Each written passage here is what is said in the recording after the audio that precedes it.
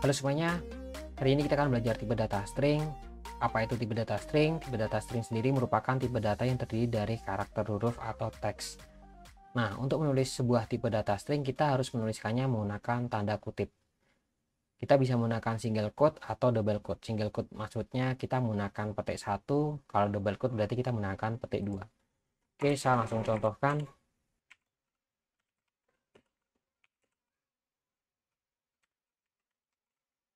Oke, misalkan saya menulis variabel nama, saya isikan dengan nilai arif. Kemudian misalkan saya buat lagi variabel YouTube, kemudian saya isi dengan Kotlin. Oke, kemudian saya tampilkan variabel nama, kemudian misalkan itu variabel YouTube. Oke, jadi saya tampilkan. Sebentar, kita kasih break untuk membuat baris baru.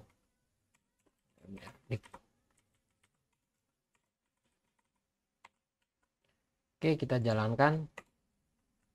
Sudah muncul ya teman-teman. Kita sudah menampilkan sebuah tipe data string menggunakan single quote atau petik 1. Nah, misalkan lagi saya ingin membuat misalkan saya buat slogan, kemudian isinya slogan dari Kotlin. Jadi misalkan saya buat Kotlin, kemudian isinya sebuah slogan learn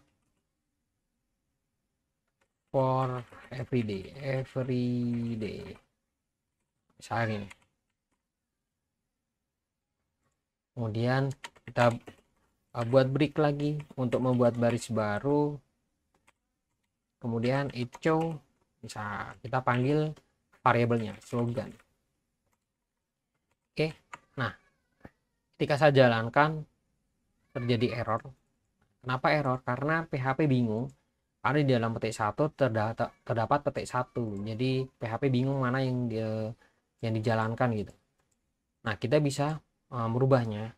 Caranya kita ganti dengan petik 2. Dengan menggunakan petik 2 berarti tidak PHP sudah tidak bingung lagi karena di dalam petik 1 terdapat petik 2.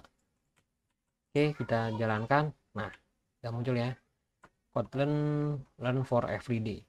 Nah, misalkan teman-teman, saya tetap ingin memaksakan menggunakan petik 1, misalkan tetap menggunakan petik 1 seperti ini. Nah, kita bisa menggunakan backslash. Jadi backslash itu kita kasih sebelum petik itu kita kasih backslash. Nah, jadi dia akan membuat petik ini menjadi sebuah karakter string gitu. Tidak ada fungsinya dalam PHP. Nah, dan kita reload, sudah muncul ya. Seperti ini. Nah, misalkan lagi kita menggunakan double quote atau petik 2. Nah, kita tinggal buat gini. Petik 2, kita ganti semua petik 2. Petik 2.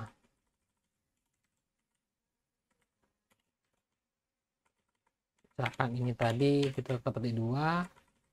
Kita ganti dengan petik 2. Oke. Nah, terjadi error yang sama. Nah, karena PHP bingung karena di dalam petik 2 ada petik 2 gitu. Jadi kita harus merubah ini. Kita bisa menggunakan single quote gini.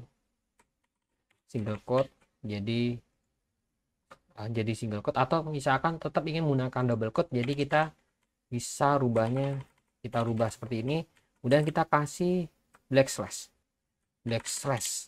Nah, oke ya, selanjutnya misalkan kita ingin membuat variabel baru, misalkan saya buat belajar, kemudian saya buat sedang asik belajar di YouTube gini, YouTube. Oke, kemudian kita buat echo, kita buat break untuk buat baris baru, kemudian saya buat lagi echo, kemudian saya panggil variabelnya, saya panggil variabelnya berarti belajar. belajar. Oke. Nah, sedang asik belajar di Kotlin karena kita memanggil situs dari variabel YouTube. Nah, di sini sedang asik belajar di variabel YouTube. Nah, YouTube itu kan isinya Kotlin. Jadi sedang asik belajar di Kotlin. Nah, misalkan saya ingin tetap menampilkannya dalam bentuk YouTube gitu. Nah, kita tinggal kasih dia backslash. Gunakan backslash yang ini ya, teman-teman. Jadi bukan yang seperti ini. Jadi backslash itu yang seperti ini. Oke. Kemudian kita sedang asik belajar YouTube. Nah, misalnya lagi ada kasus seperti ini, ada problem misalkan saya buat kata isinya misalkan sepak gitu, sepak. Oke. Kemudian saya buat echo misalkan dolar kata sepak misalkan bola gini. Oke. Kita jalankan. Bentar, ini kita kasih dia break BR. Oke, kita jalankan lagi. Nah, sepak bola. Nah, dalam fungsi sepak bola itu kan yang benar kan nyambung ya, nggak terpisah gini. Nah, misalkan kita gabungan gini akan terjadi error. Kenapa? Karena variabel kata bola itu tidak ada. Kita mendefinisikannya adalah dolar kata, bukan dolar kata bola. Tapi saya ingin menggabungkan tulisannya. Nah, kita bisa gunakan caranya kita dengan menggunakan kurung awal. Oke, udah kita reload. Nah, kita reload jadi sepak bola. Tulisannya sudah menyambung. Oke, mantap. Kita udah belajar tipe data string. Selanjutnya kita akan belajar tipe data boolean dan array.